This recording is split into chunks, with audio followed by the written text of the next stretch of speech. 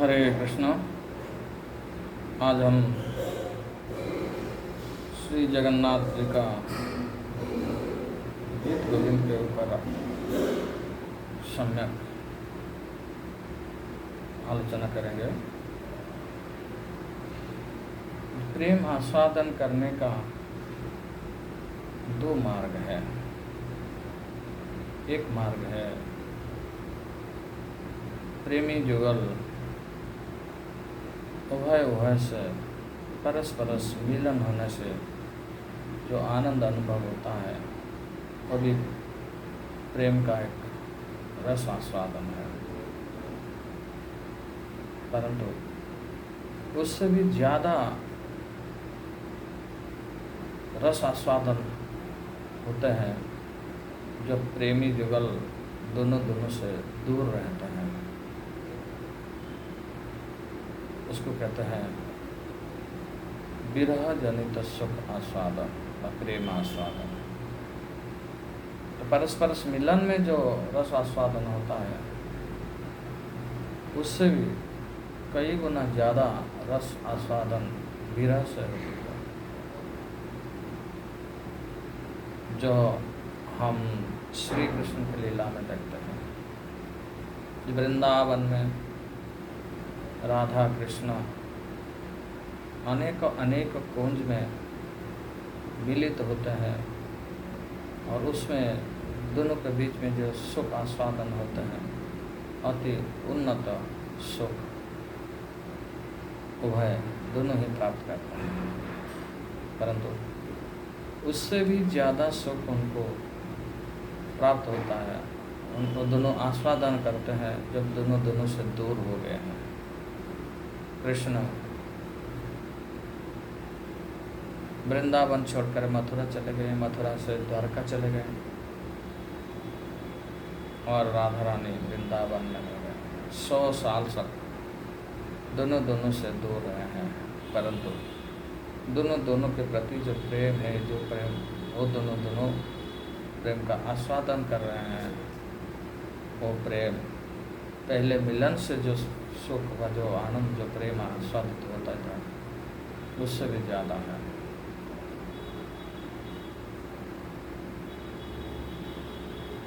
राधा रानी वृंदावन में रह करके कृष्ण को चिरंतन निरंतर सदा सर्वदा चिंतन करते हैं, स्मरण करते हैं, उसका किए गए कर्म को मनन करते हैं। और कृष्ण द्वारका में अनंत कोटि ऐश्वर्य के बीच में रहे हैं। 16,108 पटरानी के साथ रहते हैं। अनेक प्रकार ऐश्वर्य, अनेक पुत्र पौत्र के साथ रहते हुए भी उनको सुख प्राप्त नहीं हो रहा है। और वृंदावन गोपियाँ तथा राधा रानी को स्मरण करते हैं, उनका प्रेम में डूबे रहते हैं। और एक दिन ऐसा हुआ कि प्रेम का अति उच्च स्तर में पहुंच गए।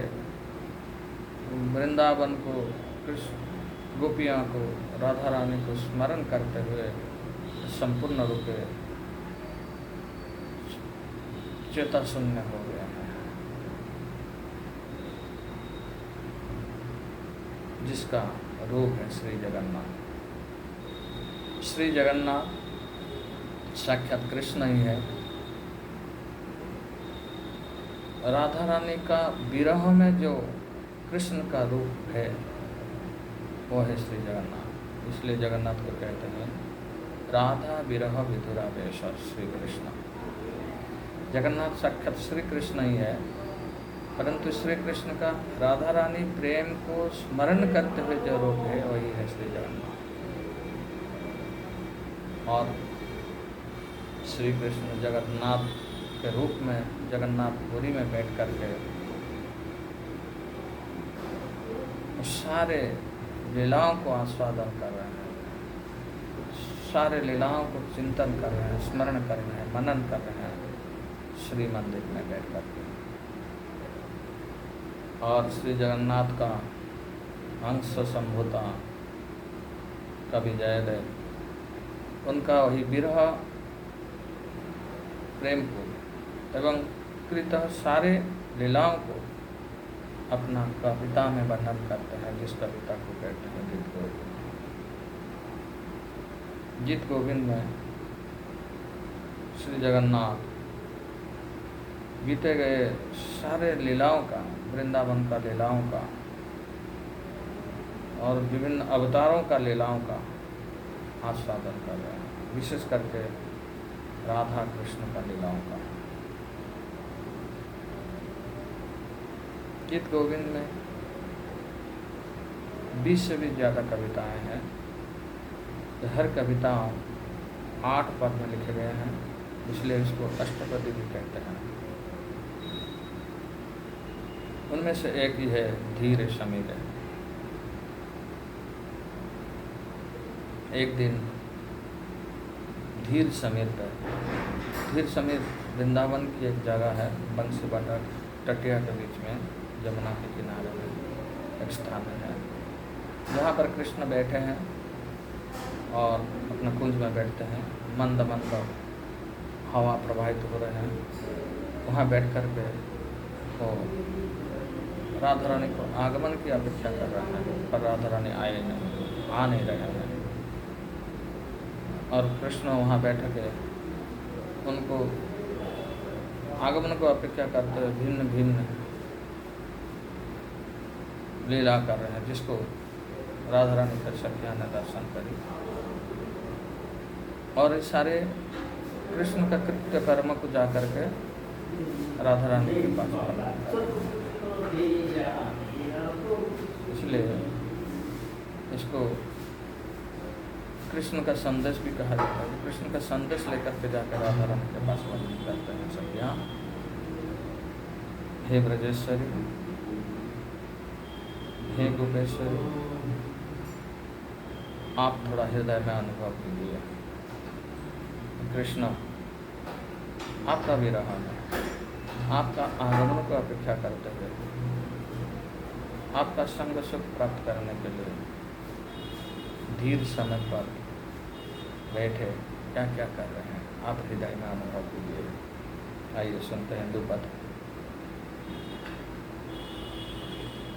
धीर समीर जमुना तीर, धीर समीर जमुना तीर, बसती बन बनमाली, बसती बन बनमाली, गोपी बिना पायो धर्म मर्दन, गोपी बिना पायो धर्म मर्दन, चौजल कर जुग साड़ी, चौजल कर जुग साड़ी, रति सुख सार गतम अभिसार, मदन मनु हर वेशा, मदन मनु हर वेशा, न कुरु नितं बिनु गमन विलंबन, न कुरु नितं बिनु गमन विलंबन, अनुसर तं हृदयेशं, अनुसर तं हृदयेशं। कुटिया कहते हैं उन्नत नितंबिनी, हे उज्जवल नीलमणि गोपेश्वरी, आप थोड़ा हृदय में अनुभव कीजिए। कोटि कोटि कंदर्प को आकर्षण करने वाले कृष्ण आज आपका संग सुख प्राप्त करने के लिए खुद को अभिशाप करते हुए, सजा करके आपका प्रदत्त वन फूल की माला को पहन कर आपका आगमन को अपेक्षा कर रहे हैं। कहाँ पर? धीर समय, जहाँ पर धीरे धीरे पवन प्रवाहित हो रही है, मंद मंद पवन प्रवाहित हो रही है, और जमुना के किनारे पर कृष्ण आपका आगमन को अपेक्षा कर रहे हैं। और क्या कर रहे हैं? नाम समेत प्रीत संकेतम, नाम समेत प्रीत संकेतम, वादयत मृदवेणुं,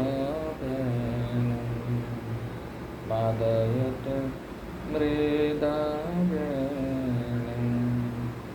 बहुमनुतेननु ते तनु संगतं, पवन चलति अपि रेणुं, पवन चलति अपि रेणुं। और क्या कर रहे हैं ना? वो कृष्ण अपने धीर समित पर कुंज पर बैठ करके आपका नाम को संकेत करते हुए अपना कर कमल में मृद स्वर में वेणु वादन करते हैं, और अपेक्षा करते हैं कि ये वेणु गीत चक्र का आपका कर्ण में प्रवेश करे और आप सुनते हुए भागे भागे उनके पास आए। और क्या होता है न, जब एक मंद पवन, मंद हवा